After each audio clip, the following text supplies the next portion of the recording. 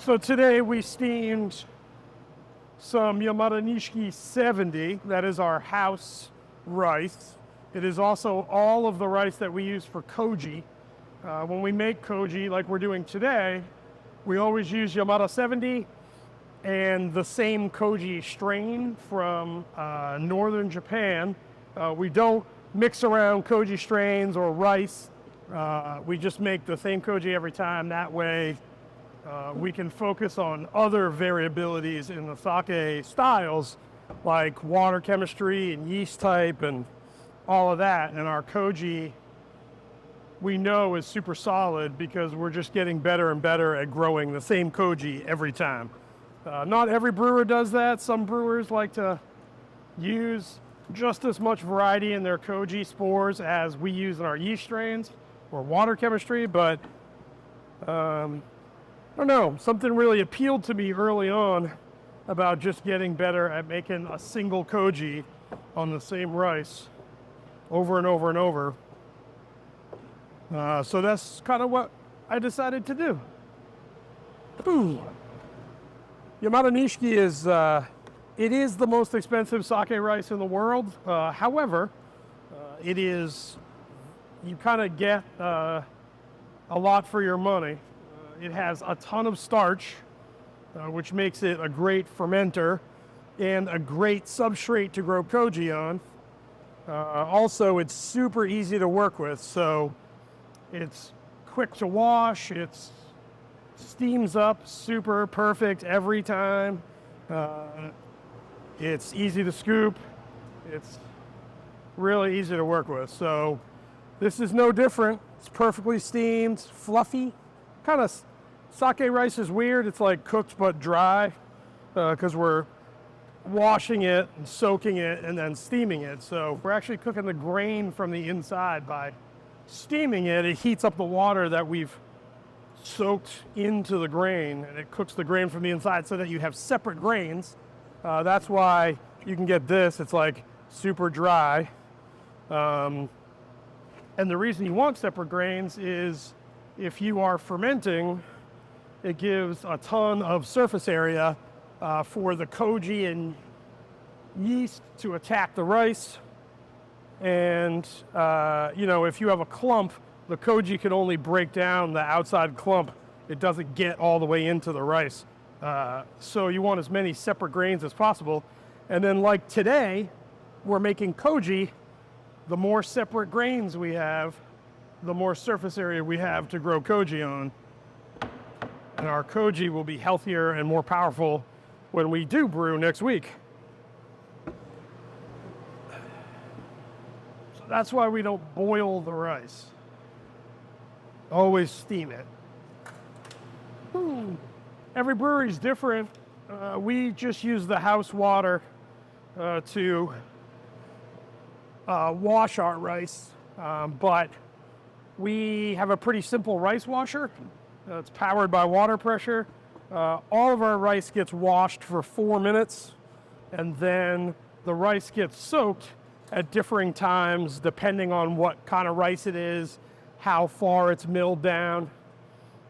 This, washed for 4 minutes, soaked for 15 is what we do with Yamadanishiki 70. Some rices like Titan require a lot more soaking. Titan soaks for 3 times as long, even at the same mill rate. And then the more milled down a rice is, like Ginjo rice, which is below 60%, and Daiginjo rice, which is below 50%, you have to soak the rice for a much shorter period of time because it uptakes water so quickly.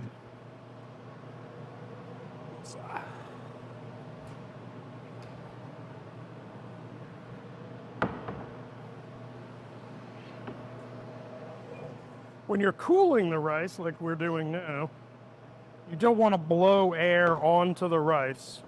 That makes the outside of the grain get hard, and it's a little more difficult to inoculate them with Koji or dissolve them in a brewing tank.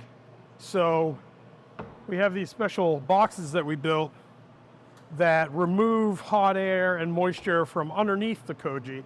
So we're not blowing air on it. We're just exhausting the stuff from underneath.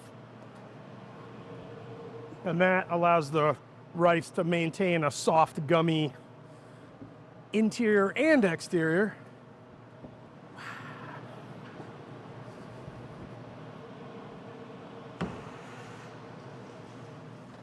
So it's kind of soft and gummy. You know, you got to remember Yamadanishiki has so much starch that it's, you know, low protein, low fat. So, you know, starches are gummy. So it's like high starch rice. You know, that reason is why, you know, we get people asked sometimes like, oh, you ever cook with Yamadanishiki or make sushi with it or whatever? You know, there's that old adage in cooking that fat equals flavor.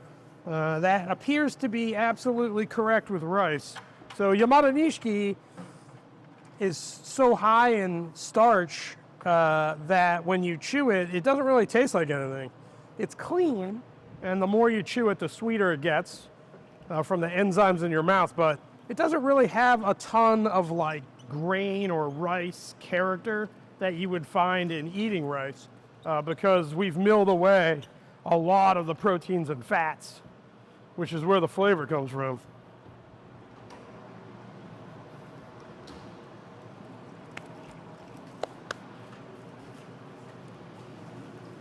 Do you want me to put this in that bin? Yep.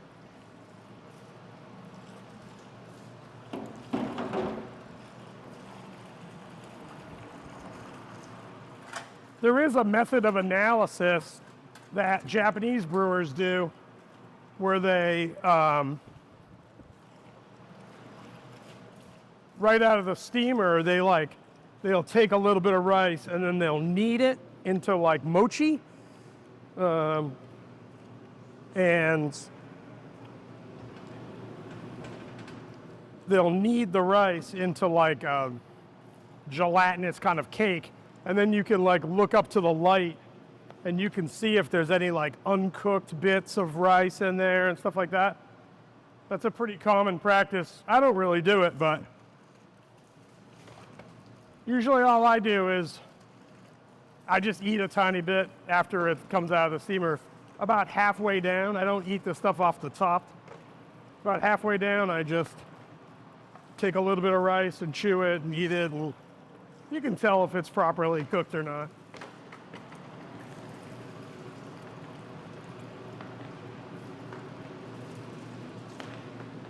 Just trying to get some of this rice out of the way that I dropped so that it doesn't stick in our boots and then we track it all over the brewery.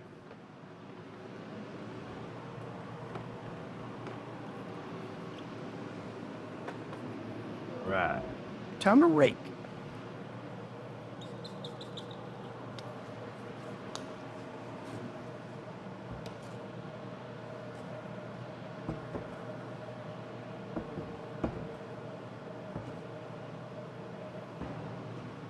Yeah, it's kind of funny. I wanted to build some of these boxes. You can buy them in Japan just like this. They're a little different. They have a different kind of exhaust fan on them, and they have these big, like, insulated plastic boxes in Japan called jam boxes. They're for, like, raising fish in and shipping stuff that needs to be cold. We don't really have jam boxes here. I mean, we kind of do, but they're a little different. But these are bulk boxes. They are used to move produce around instead of, you know, cardboard boxes or whatever. So this would just be like full of lettuce and have a lid on it, and then you can ship them by train or truck or whatever. And so I made sure to buy brand new ones. There's a lot of used ones you can buy, but since we're using it to cook rice and stuff, I bought a brand new one, 2 of them, and then we just DIY'd a sort of wooden mesh structure underneath to hold the rice up off the bottom of the box, and drilled a hole in the side and put a pipe down inside. It's exactly how the one in Japan is designed. I just followed that design that I found online. After I tried to buy one first, but the Japanese company wouldn't ship it overseas or whatever, so we just made one for a fraction of the cost. I think a lot of sake brewers in North America or around the world are probably doing a similar thing. It's so hard to buy equipment, purpose-made equipment. A lot of those really old companies have no experience in selling sake equipment to anyone. So there are a few that will, but for example, the awesome rice bags that we use to wash and soak rice are from Japan, and basically what I called the company to try to get them to sell them to me, and they wouldn't. And then what I did was I had the company that sold me the steamer buy them on my buy them and stick them in the steamer before they created it up. I really wanted those bags. I saw them all over Instagram all the time. It was pretty cool. And they're great bags. And we bought 40, so we won't have to buy them for the next 20 years probably. Oh, when I was building this thing, I had never used one. The previous sake brewery I worked at, we cooled rice in a real different way because it was smaller batches. And so I started building one of these. And the good thing, I talked to Brandon at Brooklyn Kura, and he said that they had tried it and they just threw the rice in there and didn't touch it. And then what happens as the fan runs and the rice cools down is it just forms like one giant block of rice. So he told me that story, and that's what made me immediately go online and buy some food grade rakes so that we could rake the rice, keep it moving so it doesn't set into a giant block of rice. That would be super hard to deal with.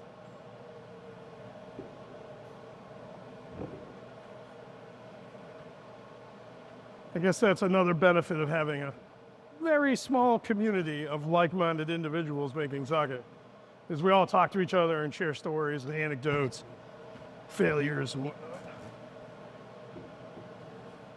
So when I worked at Tedorigawa, they had a steamer 10 times the size of that, doing thousands of kilos of rice. And we had a machine called a hodeki, which was basically a metal box with a conveyor belt and a hopper. You would shovel the rice out into that, kind of like a pole with teeth that would break it up. It would go through onto a conveyor, and there would be a fan hooked up blowing cool air through the bottom of it.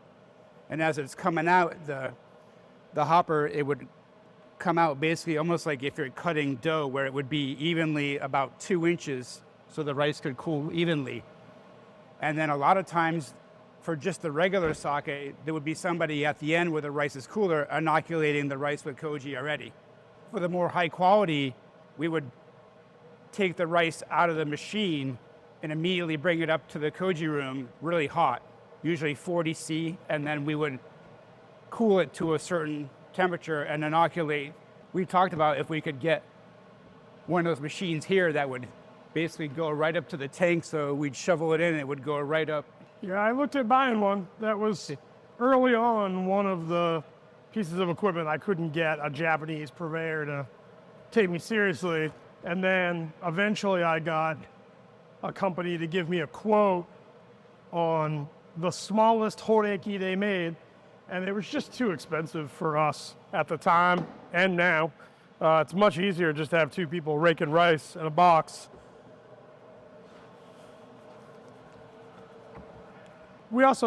I changed the brewing process to account for the fact that it's two people doing everything by hand. So normally if we were textbook brewing, we would have 3 days of additions, roughly 25%, 25%, 50%. But instead of that, I just added an extra day so that we do 25%, 25%, 25%, 25%, and that way, if we had stuck with the textbook method, we would have to steam twice in 1 day on the last day. And it's just a lot for two people to do. By the time you wash all that rice, steam all that rice, cool it. Today we're making Koji, so we're not going to be cooling the rice down that far. But for brewing, you cool it as far as down as it'll go. 23 C in here, so we would cool it all the way down to that. It's just a lot for 2 people to do and then clean up from the whole thing. It would be a long day. And so it makes 0 difference in the finished sake that we added a day so that we're just one more day of work, but it makes the work a lot easier on the other end.